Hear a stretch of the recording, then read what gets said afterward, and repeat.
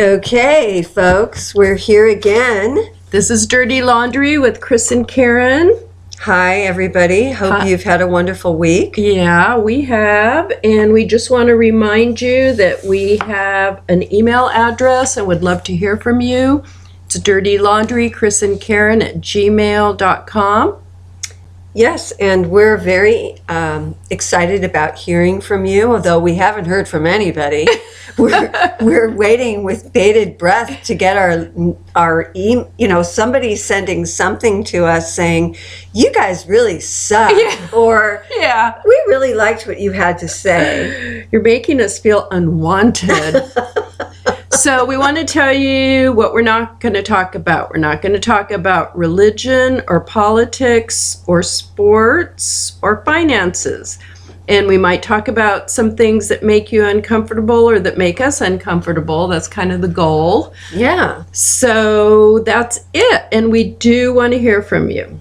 And we hope we're making you feel guilty about not contacting us because our topic is about guilt.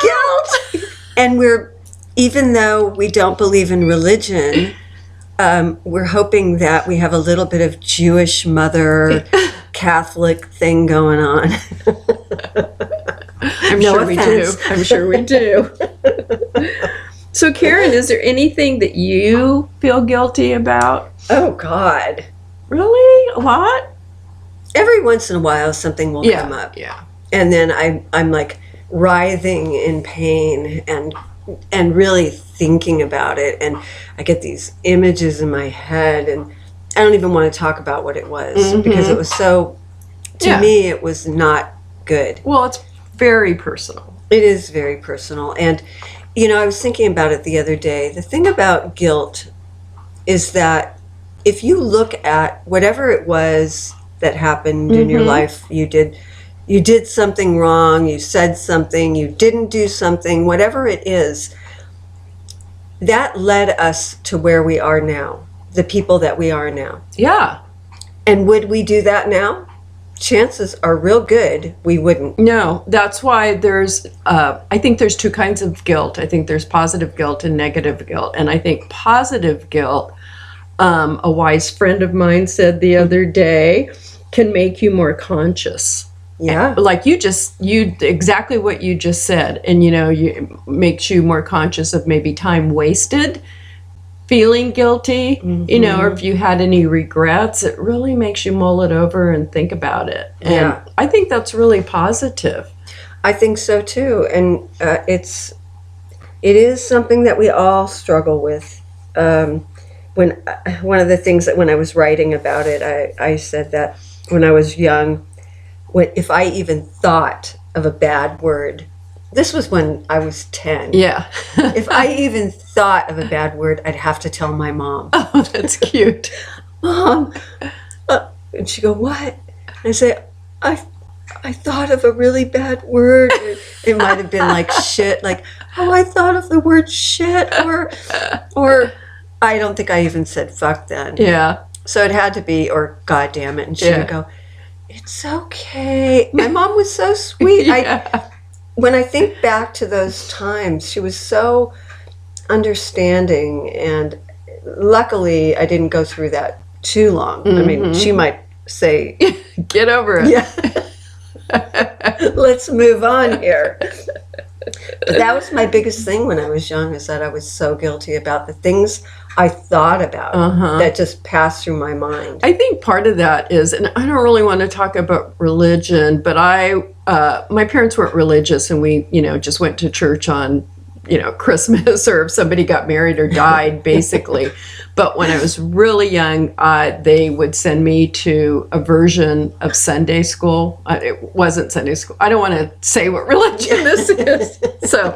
But I found that as a child, any guilt that I felt came from that, originated from that, because it was like, you do this and you don't do this, and because if you do this, you're going to go to hell, and then you have to do this, and then so you can be forgiven, and then when you get old enough, and which for me was about 12, I think. I remember thinking, this is crap. Yeah. This is total crap, you know? And then as I got older, and especially when this is much older, in my 30s and 40s, when I started dating guys, I could tell guys who had been to some kind of religious, and I'm not going to say what kind or anything, but religious, like high school, Oh.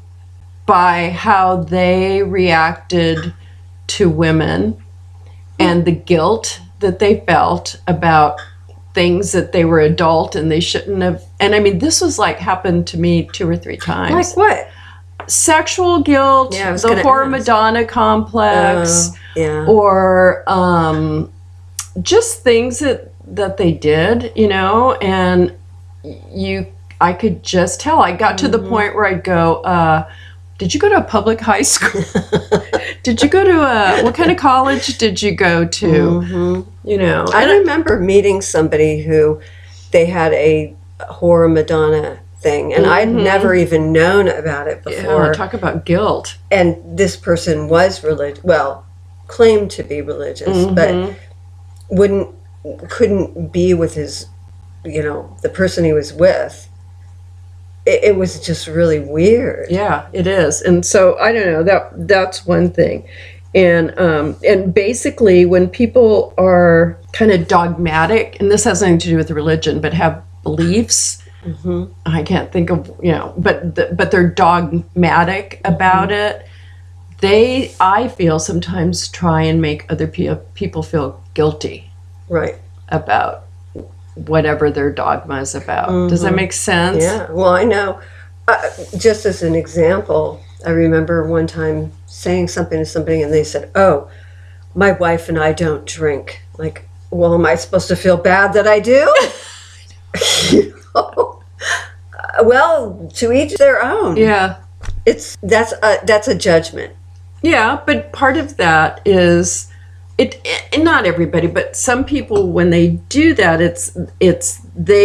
guilt works for them. Guilt has worked for them in the past. Right. They figure it's going to work with you too. Yeah, it's going to, my mom used to be really good at that, and I used to get sucked into it. But all moms are good at that. I know, but she was like, those Mediterranean countries, whoa.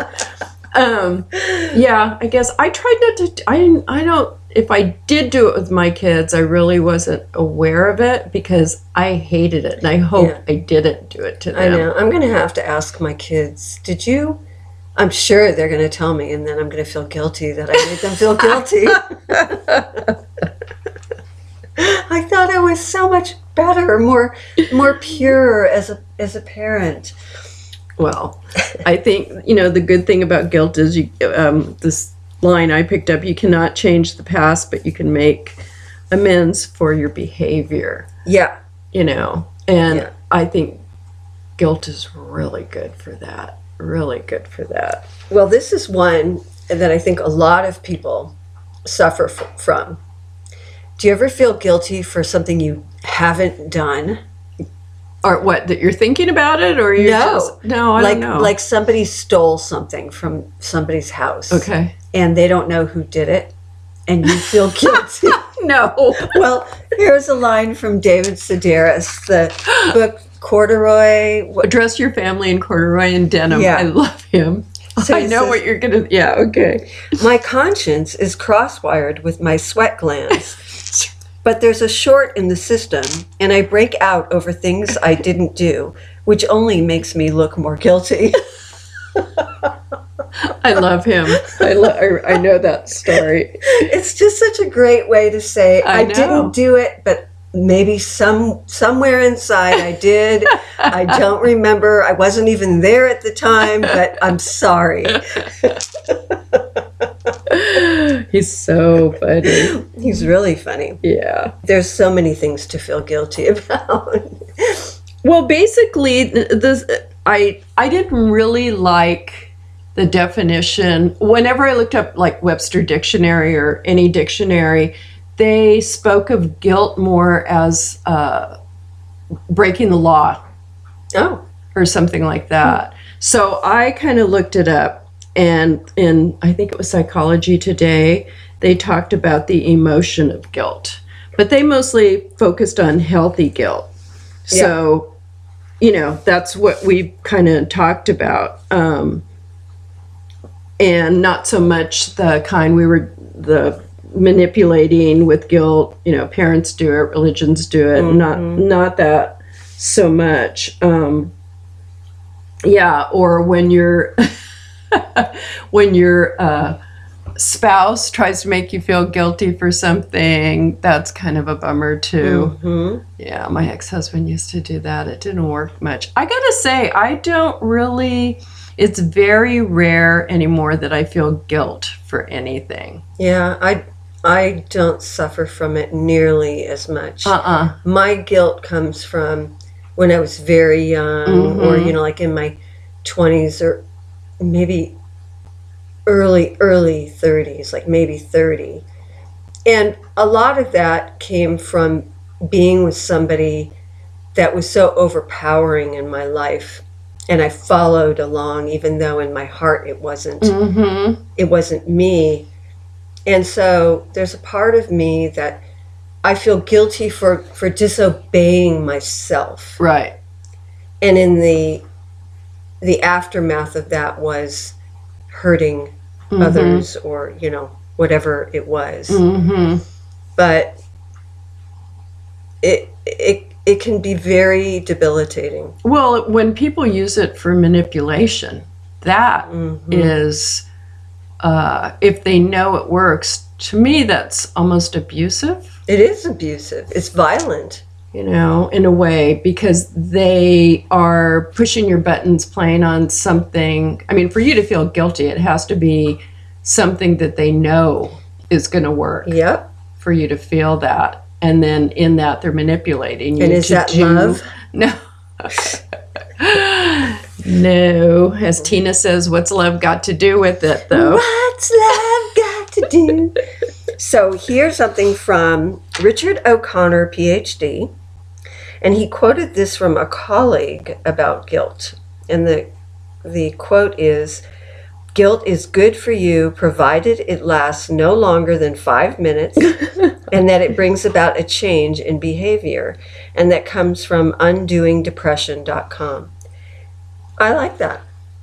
If you're going to feel guilty, then if you feel guilty, it's your body's way of saying, well, then change it, or shut the fuck up. Like shit or get off the pot. Are you going to live in that guilt? If it's going to help you to move beyond where you are, like if it's something that you feel guilty about, that's the present, that's your heart, that's your foundation telling you this is a red flag. You need to look at this. You need to adjust things. But if this is something from your past, obviously that's a residual from it. And the only thing you can do is look at it and go, well, I would not do that now. Or right. I wouldn't say that now. Yeah. But if it's now and you feel like you didn't contact somebody when you needed to, you let too much time go, you said something to somebody that hurt somebody's feelings. Okay, if you feel guilty about it, then do something about it. Yeah, resolve it. Resolve it. That's your opportunity to make a change. And then you don't have to feel guilty about it anymore. What about people who don't feel guilty at all? Well, like mass murders? Or, I don't know, not just mass murders. But aren't they like called psychopaths or something like that? And I don't know any real... I do know somebody that is, but... A psychopath or... A psychopath. Or it doesn't feel guilt. It's a family member, not a distant family member. Yeah, scary. Yeah, that is scary. Not feeling. So how would that feel? Basically, like nothing. Yeah, like let's go to the store and get a soda. Yeah, so you could hurt people or do anything and not have a twinge of regret or guilt, or that would be really creepy. Yeah, but maybe not to them. Yeah. That's a whole other ball of wax. I know. I think that's like there's certain wires that never connected, or I'm not sure what that is, but we should feel lucky that we feel Guilt. these things rather than not. Yeah. My dog makes me feel guilty. Now I'm thinking about the only thing that makes Is me your feel dog religious? Yeah. He has all these symbols hanging from his collar. No, he makes me feel guilty if I'm away. He's not doing it. I'm doing it to myself. You know, it's like, oh my God, I've been gone 5 hours. Yeah. You know, like that. But My cat used to do that. Yeah. We would leave in the morning, and he would be in the living room, and I'd look across because we had a door, you know, a glass door, and he would just stare at me. And I felt so bad. And I go, I'm sorry, we'll be home. And you could just tell. He was like, yeah, you're going to be home in 12 hours. Yeah, that's guilt. So I found him a good home. Oh, good. Good. They probably when you left, all his friends came over and they partied. You know, who knows what they do when you're not there. He's sleeping. I don't know. What else is there to do for a cat? Have you ever used guilt in a relationship, like when you were younger? Probably. I'm trying to think of. I know. I was trying to think too. I don't think I have. Well, actually, when I was 17, was my first real, you know, like sexual relationship. And my boyfriend cheated on me with another girl. And I could never get over it. You know, it's like, it hurt me so much, but we were still attracted to each other and we still loved each other. So we'd break up just to get back together. Yeah. Because I loved the getting back together. And then I would start to feel crappy and I would cry and, oh, you cheated on me. Yeah. And then we'd break up again. I don't know how many times I did that. And I noticed even back then that I did that I had a tendency to use that to get whatever it was that Well, I that's needed. because you saw that it worked. Yeah. I was smart enough to see that it worked, Yeah. but I also noticed that it really wasn't that good of an idea. Yeah. And then finally, you know, we broke up once and for all, and that was over with. But it is interesting to watch yourself if you can stand aside and look at your habits or how you talk to somebody, or if you're being manipulative. Yeah. I had a grandmother that used to do this. She was really old-fashioned. Used to do the guilt thing. And I think even as a small child, I knew, but she would manipulate the whole family like that. It was incredible to watch. I mean, when you get old enough that you know what's going on, but like I said, I figured it out, that one, pretty young. So what would she try and make you do? She would just try and make you feel bad about, I don't remember the details, but I'd watch her do it with my mom and my uncles, and it was my mom's mom. And I'd just watch her do it and think, oh my God, they're going to fall for this? You know, as a little kid, you're thinking that. Yeah. You know, oh, I'm sorry, I'll do this, you know.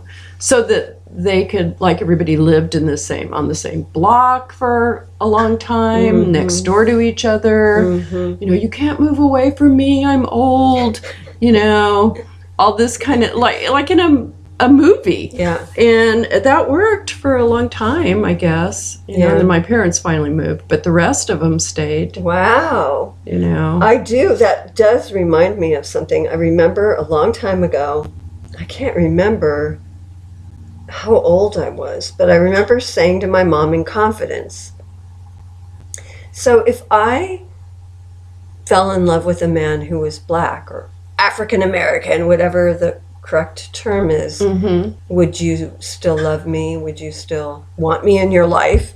And she goes, oh, of course. And then about, I don't know, a week later, my grandmother got sick and she had to be in the hospital. And my mom said to me, it's your fault. And I said, why is it my fault that grandma's in the hospital? She goes, because you said that you wanted to be with a black man. No racism there. Mom, I love you. And she's in the ether. She's everywhere. We're just discussing this. I love my mom, and she has given me so much. That was just a really weird thing. And that's guilt. Yeah. That's guilt in a nutshell. Mm-hmm. And I didn't feel guilty, as a matter of fact, because I knew, first of all, I hadn't done anything. I just was confiding in my mom, asking a question. Mm-hmm. My mom said it to my grandmother, my Russian immigrant grandmother. Who was racist.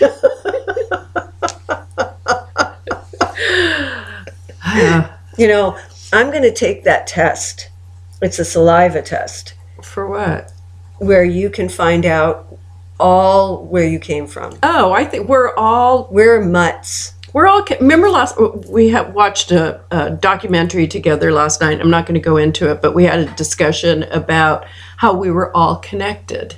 Yeah. And I believe that. And that's why I don't understand how people get so, I don't know, why they think they're so special from a different nationality or, whatever. Yeah.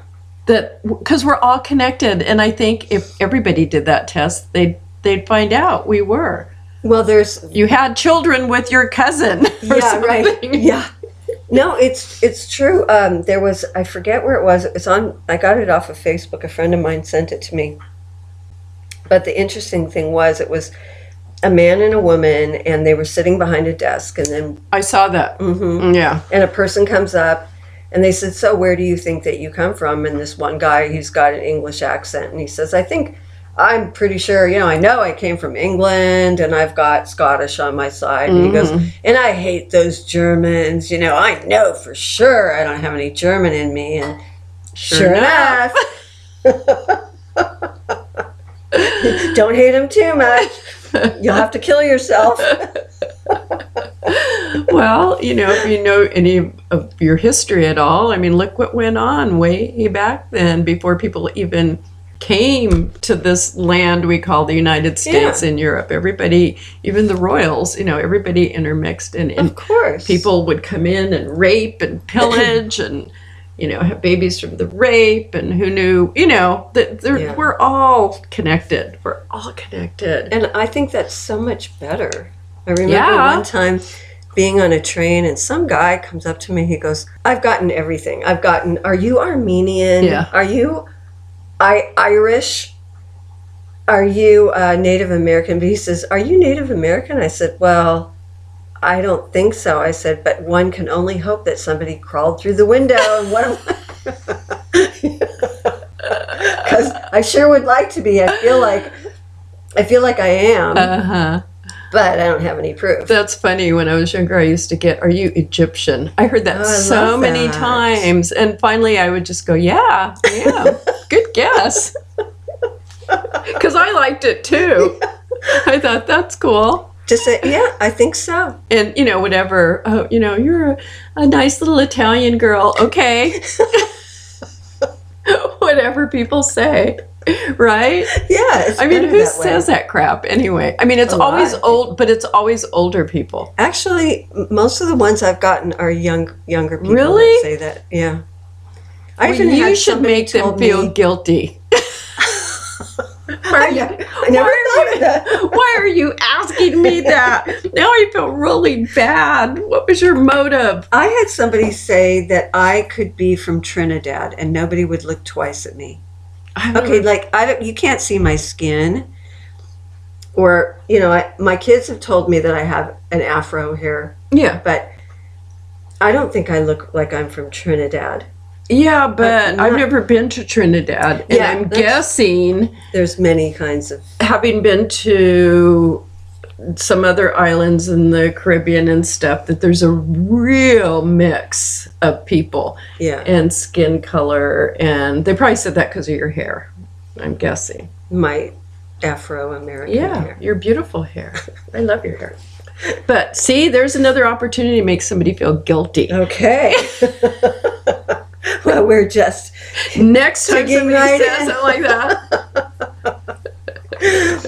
So let's see. This was from Psychology Today, and it says there's 5 types of guilt. There's guilt from something you did. There's guilt from something you didn't do. There's guilt from something you thought you did, like you wished someone harm or thought badly of them and then something happened. There's guilt you didn't do enough to help another, and there's guilt that you're doing better than another. So we're just fucked. I know. I don't guilt that you're doing better than another. Yeah, like people that are have more money than another. They might feel that they, I don't know, they're in a different place. Well, if you feel like that, just pass it around. Yeah. Give it away. Huh. That's an interesting one to me. The others, yeah, I get. But that's an interesting Guilt of, what was it? Oh, about being privileged. That's what it was. And then this other thing was from Psychology Today. Guilt and its handmaiden shame can paralyze us or catalyze us into action. Appropriate guilt can function as social glue, spurring one to make reparations for wrongs. Excessive rumination about one's failures, however, is a surefire recipe for resentment and depression. I think shame is just a more intense guilt. I mean, if it goes that far, Yeah. it would become shame if you didn't work it out. Right. That would be where you feel guilty and you don't do anything about it. Right. And then you feel that, and it really does come back to, well, what are you going to do about it? Mm-hmm. Are you going to just sit there and mope? Well, now that you're conscious of it, as soon as you become conscious that you're guilty about something, that's it. You're on your way. You're on your way to making it better. I have a friend who, he's so sweet. He's called me 2 times now, and the first one was for me. And I won't get into what it was, but I had a tragedy, and as what happens a lot of times when somebody experiences something, people like run like cockroaches into the corners and leave, or if they see you coming down the street, they turn around and walk in through a door somewhere because they cannot stand to look you in the eye, which was the case kind of with him. And we were friends for a long time. And when I went back last year to California when my mom died, he got in touch with me and he went out to dinner he took me out to dinner and he apologized. And this is 11 years later. Whoa, that's guilt. Yeah, 11 years later that he said, I am so sorry. And, I absolutely forgave him on the spot. Because first of all, I felt that he was courageous and that, he obviously, it had been bothering him and he'd been thinking about it. And here he had a chance to make amends. And I really think highly of a person like that. Yeah. Yeah. And of course, it could have gone, like I said, no, I don't want to have anything to do with you anymore. You had, where were you all of those years? But to me, I really admired that in him. And then recently he called me to tell me of another one that he had known somebody for a long time and he felt guilty about something he didn't say to this person, and he had an opportunity to tell them, and this was, I don't know, a couple of years later. Wow. And he did it. And I think it's really cool. Yeah. He's learning. He's learning, and he's willing to stick his neck out and say, hey, I screwed up. Yeah. Please forgive me. How many people can actually say that they did that? Right. No, that's brave. That's really brave. It is. And he's feeling better. Yeah. Yeah, that's good. And he tells me all about it. Can I tell you, this isn't about guilt, it's a pet peeve. Oh, all right.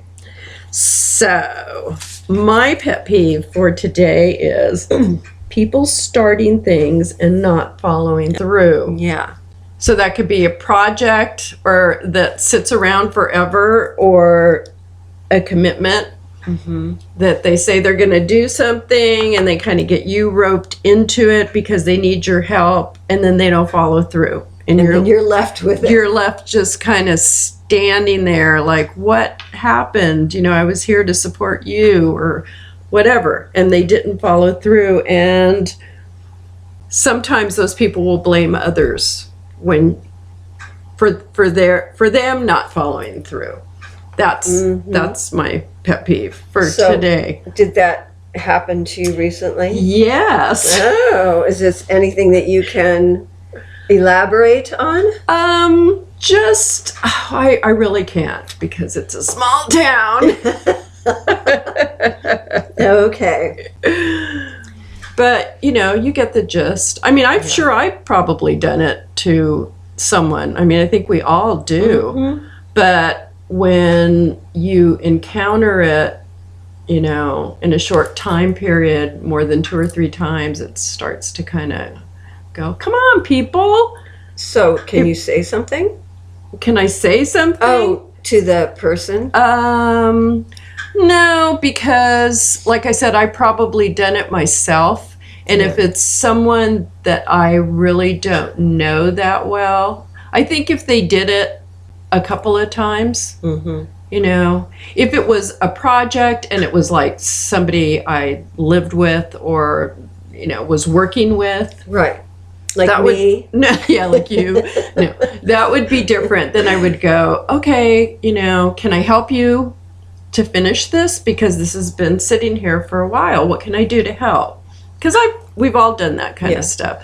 But when it's a commitment that's for the betterment of a group of people and you get kind of sucked into it a couple of times because you want to support people because you believe in the cause, and this person doesn't follow through, you know, and then instead of saying, oh man, I blew it, you know, puts it off on someone else. And like I said, we all do that. I know I've done that at some point. I know I have. You know, but that's just my thing. Well, it's a good pet peeve, and it's true. And I can think of a number of things throughout my life that I've been all gung ho, and then I just go, I'm going to go over there. Yeah, me too. Me too. And that's fine if it's just you, if it's just your thing. Right. But or if you're just living by yourself and you decide to build something and it just takes you years and you're by yourself, that's fine. Yeah, you can look at it, but nobody else has to. Yeah. But, you know, if it involves other people, especially a group of people, then that's not cool. I agree. And it seems like in the last year or so, there's been a lot of that. There has been a lot of that. And I think people are just consumed right now by the energy in the world. So, you know, I forgive them. Yeah. All the more reason to find something that you love and follow it through. And it doesn't mean you have to devote your life to it, but I think that there's something about if you feel strongly about something, take it to a place, like go down the road with it, and then maybe you'll gather other people that feel the same way, so you're not doing it alone. There's nothing worse than feeling passionate about something and being the only one who is, but that is true passion. You know, if you're waiting for somebody else to have your same passion, no, that's not going to happen. Yeah.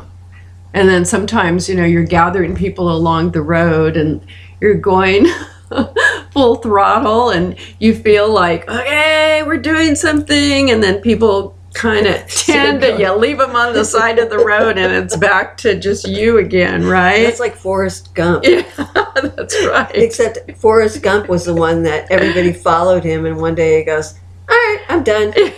Remember that scene where he's running and all these people just start running with him, and one day he stops, he goes, I don't want to run anymore. And they're like, what do you mean? Well, you didn't have to follow me. That's true. That's true. No, that, it happens. Anyway, so I have it off my chest now. All right, good. Phew. So, and I hope all those people feel really guilty. Yeah, well, that's what we're hoping. Well, I have two things here that this was really good. And this was also this came from Psychology Today, but it was from a woman who wrote the article, Wendy Lustbader, about guilt. Quote, there are times in life when we are called upon to be comforting, but words fail us. Not knowing what to say, we don't pick up the phone or pay a visit when someone we know has suffered a devastating loss or a loved one is enduring an incapacitating illness. We feel guilty about our silence and inaction, yet our awkwardness keeps us muzzled. I thought that was really, really powerful. Because back to my own personal thing, that was like where my friend was. He didn't know what to say, so he didn't say anything at all. And we're going to get more into like grief and loss and all of that, but one of the best pieces of advice that I can ever offer anybody when somebody says, what do I say? You don't have to say, I'm sorry. Just be there for them. Or ask them questions. But don't run away. Yeah. Running away is the worst thing anybody can do. Because the person's already feeling alone. Or somebody says, well, I didn't want to bring up that person's name because then you'd remember. Really? You think I forgot? Oh, thanks for reminding me. And here is an amazing quote by John Lennon. Oh, good. Guilt for being rich, and guilt thinking that perhaps love and peace isn't enough, and you have to go and get shot or something. John Lennon. Ugh, that gave me chills. I saw a thing on, somebody had a picture on Facebook, maybe you saw it, and it said, why does it always say rest in peace? Can't we have peace in life? And I thought that was great. Why do we have to wait to die to get peace? To get peace. That's a good That reminded me, the John Lennon thing reminded me of it. Rest in hell. Yeah. Really. So let's see where we are. Oh my gosh. Well, we've been just yakking. And just really not thinking about the time, but this is a really interesting subject. So just as a reminder to you, we have an email address, and it's dirtylaundry, chrisandkaren@gmail.com. And we're going to guilt your suckers feel so bad into writing to us and saying something. My God, just say something to us. We're feeling so alone. We are. God, you guys. Even if you just say, we hate you. No, don't say we hate you, but you can say whatever you want to say. Yeah. And suggest whatever you want to suggest. Or just say, I listened. Yeah. Thank you. Keep doing it. Keep moving on. Yeah. Keep on keeping on. Did you have any other things before we... No. I did have a few others. Okay. Eckhart Tolle. Oh, I love him too. Heal the past through your presence. Presence. And being in presently, your presence, you're being here now. I think it's really important. It's like when you're looking at the past, you're looking at what you didn't do or you didn't say or how you hurt somebody or whatever. You're not being here. If we're going to let our past come up. Let our past come up so that we see it, we look at it, we take from it what we need to learn, and we actually truly let it go. Yeah, move on. Yeah. Move on. Those little deaths. I know. I have a friend, an old friend that I feel guilt. I just thought of a guilt thing too, is I don't really communicate with her a lot because she's so stuck in the past, you know, and she's had some hard times in her life, but we all have. And I have tried over the years to, like, I just want to jerk her out of it. That was my thing for a while years ago. I thought, what can I do to just jerk her out of it? But then it's her life. Nobody can do that. You can't say to her, I feel like you I have said stuff in the past, and then I just kind of, in the last 10 years probably, just kind of gave up on it. And I spoke to her recently, and it's the same. I don't understand that. And she feels a lot of guilt. I think guilt will keep you in the past. Oh, guilt is totally in the past. Yeah, it definitely will, until you resolve it for things that you know, she feels guilty for things that she did decades ago. Yeah. It's sad. Was it a parent thing? Like, I read something where a parent feels guilty that their child is gay. Like, they made them gay. No, you didn't make your child gay. Your child is gay because they're gay. No, she feels guilty because her parents used guilt on her, and it worked really well. And then she feels guilty about an ex-husband, and she feels guilty about an adult child, and her mother, who is still with us, is still making her feel guilty. And I know she knows that she's being manipulated, but she can't be in the moment because she's so stuck in the past. And I think she will be forever. I think there's people like that. I think so, for whatever reason, you know, they might go to their death not resolving that. And that's just a shame to have that much guilt and that many regrets. And that is a weight. Well, that's kind of like what we were talking about being comfortable in things that are really uncomfortable, but they are what we know. So we, even though they depress us, even though they make us feel bad, we're comfortable in that bad feeling. But because to go outside of that means that you have to forge a new path.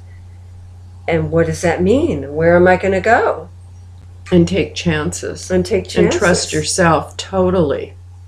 Yeah. Totally and completely.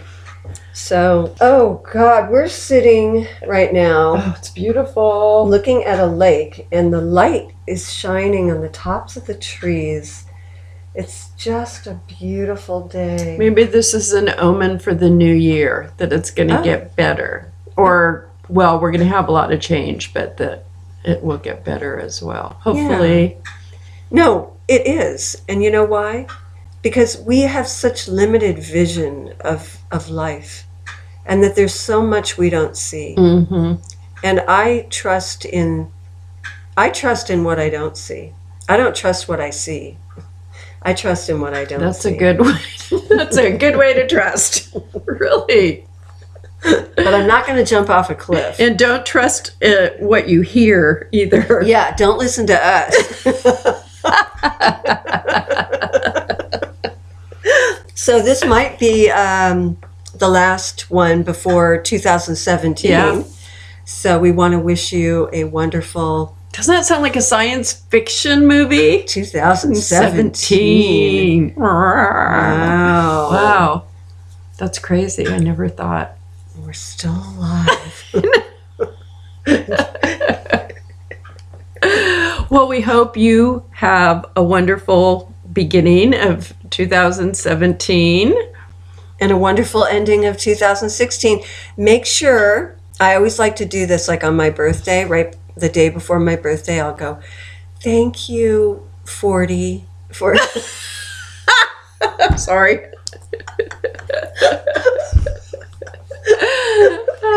for the wonderful year that I had. Thank my body for keeping up with lately for all the sugar I've been eating. The carbs. I'm carb queen. God.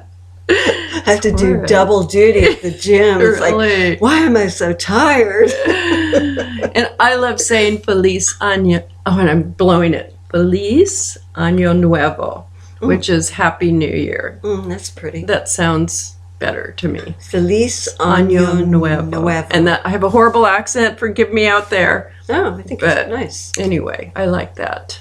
Well, Happy New Year and blessings to all of us. And may you be guilty if you don't contact us. Yeah.